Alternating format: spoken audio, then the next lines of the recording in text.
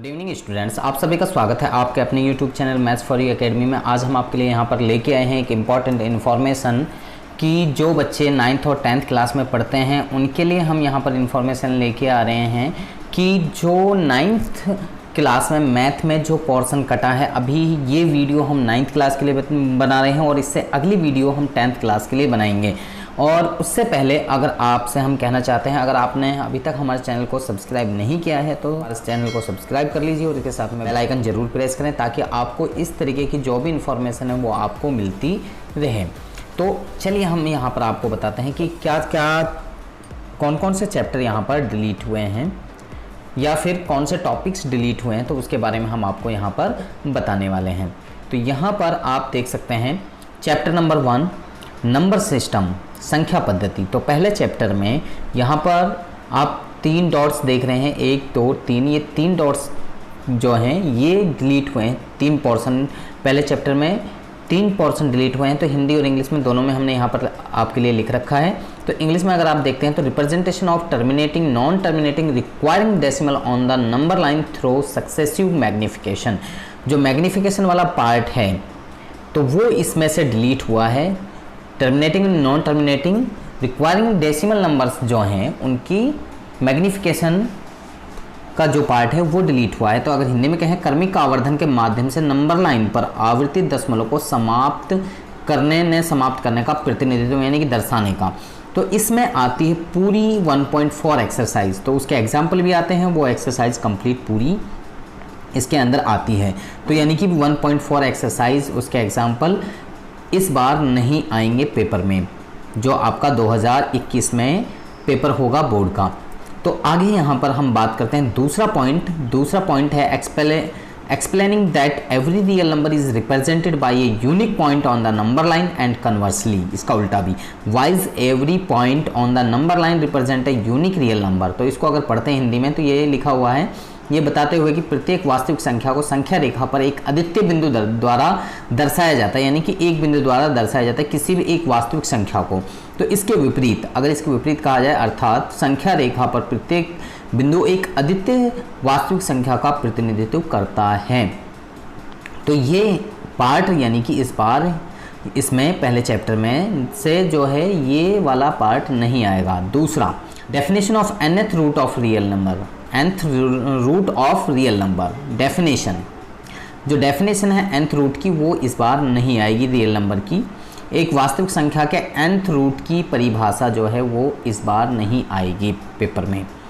तो आगे अगर आप ये देखते हैं तो ये यूनिट फर्स्ट नंबर सिस्टम, तो ये पहली चैप्टर यूनिट फर्स्ट के अंदर आता है और मैथ में 6 यूनिट में मैथमेटिक्स को डिवाइड किया गया है। 9th के मैथ को 6 यूनिट में डिवाइड किया गया है। तो पहली यूनिट के अंदर पहला चैप्टर आ रहा है और यहाँ पर दूसरी यूनिट है अलजेब्रा। तो अलजेब्रा जो दूसरी यूनिट है, सेकंड यूनिट, इसमें 2 चैप्टर लिए गए हैं, दूसरा और चौथा चैप्टर। इसमें 2 चैप्टर हैं, चैप्टर नंबर 2 पॉलिनोमियल बहुपद और chapter number 4 linear equation in 2 variable, 2 चरों वाले रैखिक समीकरण। तो चैप्टर नंबर 2 में से क्या डिलीट हुआ है, motivation state the remainder theorem with example statement and proof of the factor theorem. यानी कि रिमाइंडर थ्योरम के हैं या फैक्टर थ्योरम के हैं, तो उसके प्रूफ और उसके मोटिवेट जो हैं वो डिलीट किए गए हैं। यानी कि इस बार रिमाइंडर थ्योरम फैक्टर थ्योरम नहीं आएंगे, रिमाइंडर थ्योरम और फैक्टर थ्योरम इस बार नहीं आएंगे। तो ये रिमाइंडर थ्योरम हो गई इस तरीके की, और ये इस तरीके से जब हम उसके फैक्टर करते हैं तो वो फैक्टर थ्योरम कहलाती है। तो px gx इंटू में qx प्लस में rx, तो ये भाज्य भाजक गुणा के भागफल जमा के शेषफल, तो ये इसी का रूप है। उदाहरण के साथ शेष प्रमेय को प्रेरित करना और बताना, कारक प्रमेय का कथन और प्रमाण। इसके बाद में दूसरा पॉइंट है, दूसरे चैप्टर में से कौन सा पार्ट है, x⁻³ प्लस में y⁻³ प्लस में z⁻³ माइनस के 3xyz। तो ये वाला पार्ट भी सेकंड चैप्टर में से काट दिया गया है। यानी कि जो ये एग्जाम्पल है इसके बेस पे जितने भी एग्जाम्पल आएंगे, सवाल आएंगे, तो वो इसके अंडर में, इस फॉर्मूले के अंडर जितने भी आएंगे इस सवाल, तो वो इस बार नहीं आने वाले हैं। आगे चैप्टर नंबर 4 में अगर आप देखते हैं तो चैप्टर नंबर 4 में कौन कौन से नहीं आएंगे, तो examples problems on ratio and proportion. तो इसके जो एग्जाम्पल्स हैं रेशो और प्रपोर्शन के, यानी कि अनुपात और समानुपात की जितनी भी समस्याएं हैं उनके एग्जाम्पल भी जो हैं वो इस बार चौथे चैप्टर में से नहीं लिए जाएंगे। तो आगे आप तीसरे चैप्टर की बात करते हैं। ये तीसरी यूनिट के अंदर आ रहा है, unit number 3 coordinate geometry. Coordinate geometry के अंदर आप देखते हैं तीसरा ये है कोऑर्डिनेट ज्योमेट्री, निर्देशांक ज्यामिति। इसमें से कोई भी चीज़ डिलीट नहीं गई, नो डिलीशन, कोई विलोपन नहीं हुआ, यानी कि इसमें से कोई चीज़ खत्म नहीं की गई। तो यानी कि तीसरा चैप्टर आपका कंप्लीट आ रहा है। आगे आप देखते हैं यूनिट नंबर 4 ज्योमेट्री। ज्योमेट्री के अंदर यहाँ पर 5वां चैप्टर, 6वां, 7वां, 8वां, 9वां, 10वां, 11वां, इसमें 5 से लेके 11 चैप्टर जो हैं आपके ज्योमेट्री के अंदर हैं और ये यूनिट नंबर 4 के अंदर हैं। तो इसमें से 2 चैप्टर आपके डिलीट किए गए हैं, 5वां चैप्टर और 9वां chapter. Chapter number 5 introduction to Euclid geometry, Euclid की ज्यामिति का परिचय, ये चैप्टर डिलीट किया गया, हटाया गया है। और चैप्टर नंबर 6 पूरा कंप्लीट आएगा, इसमें से कोई भी चीज़ डिलीट नहीं की गई है। लाइन्स एंड एंगल्स वाले चैप्टर में से, यानी कि रेखा और कोण वाले चैप्टर में से कोई भी चीज़ डिलीट नहीं की गई है। आगे यहाँ 7वें चैप्टर में अगर आप देखते हैं ट्राइंगल्स, त्रिभुज में, तो इसमें से दो थ्योरम्स हटाई गई हैं। पहली प्रमेय है 7.1 और दूसरी आप यहाँ पर देख सकते हैं, आप पढ़ सकते हैं इसको। Proof of the theorem deleted 2 triangles are congruent if any 2 angles and included side of one triangle is equal to any 2 angles and the included side of the other triangle ASA congruence। जो ASA congruence है वो इस बार यानी कि इसमें से हटाया गया है, जो प्रमेय नंबर 7 है। हिंदी में भी आप पढ़ सकते हैं, प्रमेय के सबूत नष्ट कर दिए गए हैं 7.1 के, यानी कि प्रमेय 7.1 इस बार नहीं आएगी। तो त्रिकोण, ये त्रिकोण यानी कि त्रिभुज यदि किसी 2 कोण और एक त्रिभुज की सम्मिलित भुजा किसी 2 कोण के बराबर हो तो दूसरे त्रिभुज के सम्मिलित पक्ष AS से कॉन्ग्रुएंस होंगे। तो यहाँ पर दूसरा पॉइंट है topic deleted triangle inequality and relation between angle and facing sides inequality in triangle. तो त्रिभुजों में त्रिभुज असमानताएं और संबंध पद कोण और पक्ष की ओर असमानताएं, मतलब पक्ष यानी कि साइड की असमानताओं के बारे में जो इनइक्वलिटी वाली पार्ट है वो डिलीट किया गया है 7वें चैप्टर में से। आगे चैप्टर नंबर 8 में से क्वाड्रिलेटरल्स, चतुर्भुज, इसमें से क्या डिलीट किया गया, इसमें से कोई भी चीज़ डिलीट नहीं की गई है। चैप्टर नंबर 9 पूरा के पूरा कंप्लीट डिलीट किया गया है, यानी कि जो चैप्टर है आपका area of parallelograms and triangles, समानांतर चतुर्भुज और चतुर्भुजों और त्रिभुजों का क्षेत्रफल, तो ये पूरा के पूरा चैप्टर हटा दिया गया है इस बार। अगर आप देखते हैं आगे 10वां चैप्टर है सर्कल। सर्कल में से 2 थ्योरम हटाई गई हैं, 10.5 और 10.10। आप यहाँ हिंदी वाले में देख सकते हैं, प्रमेय नंबर 10.5 और 10.10 इस बार हटाई गई हैं। आप हिंदी में भी और इंग्लिश में भी दोनों में इसको पढ़ सकते हैं।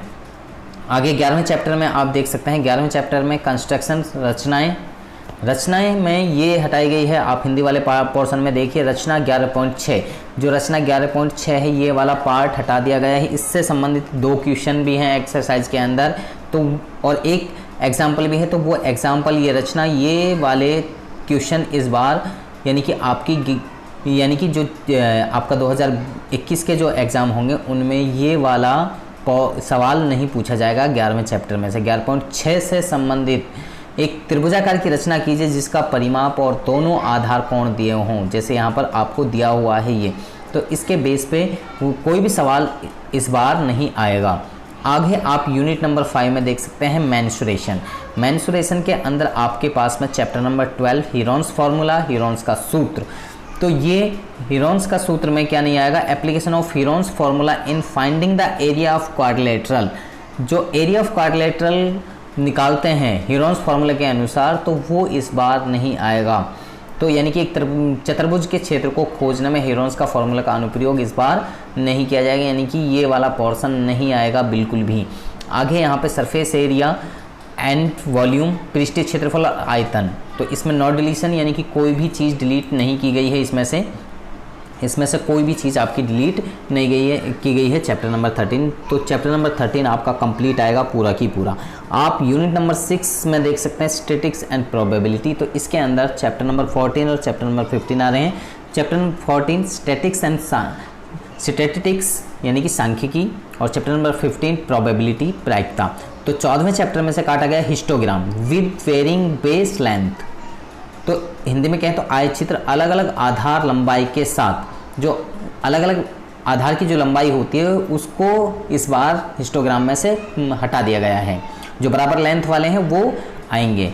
फ्रीक्वेंसी पॉलीगन फ्रीक्वेंसी पॉलीगन वाला जो पार्ट है वो इस बार 9th में बिल्कुल भी नहीं आएगा। आवृत्ति बहुभुज कहते हैं जिसको, वो बिल्कुल भी नहीं आएगा। Mean median mode of ungroup data, तो असमूहीकृत आंकड़ों का माध्य, माध्यिका और बहुलक इस बार नहीं आएगा। जो समूह में है उन्हीं का निकालना है और जो ग्रुप में है उन्हीं का निकालना है, और अनग्रुप में जो भी डाटा है उसका मीन मीडियन मोड इस बार नहीं आएगा।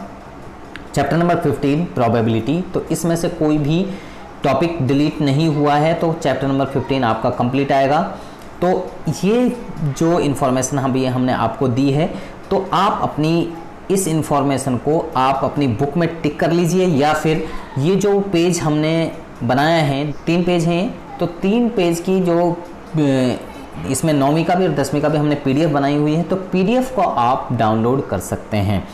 तो उस PDF को डाउनलोड करके आप अपने पास रख सकते हैं, और उससे ध्यान रहेगा कि आपके पास में क्या क्या डिलीट हुआ है पोर्शन, क्या डिलीट नहीं हुआ है। जब भी आपको ज़रूरत पड़ेगी कि जो चैप्टर आप कर रहे हैं तो उसमें देख लीजिए पहले कि ये चैप्टर डिलीट हुए हैं, तो आप उनको ना करें कि ताकि आपका टाइम भी बच जाए। तो वो चीज़ें आप करें जो आपके पेपर के अंदर आएंगी। तो ये चीज़ें नहीं आएंगी जो हम आपको बताई हैं, तो आप अपने बुक के अंदर भी टिक मार्क कर सकते हैं। और ये सारा जो चीज़ें हमने बताई हैं, जो टॉपिक्स हमने बताए हैं, ये सारे NCERT बेस्ड हमने बताए हैं।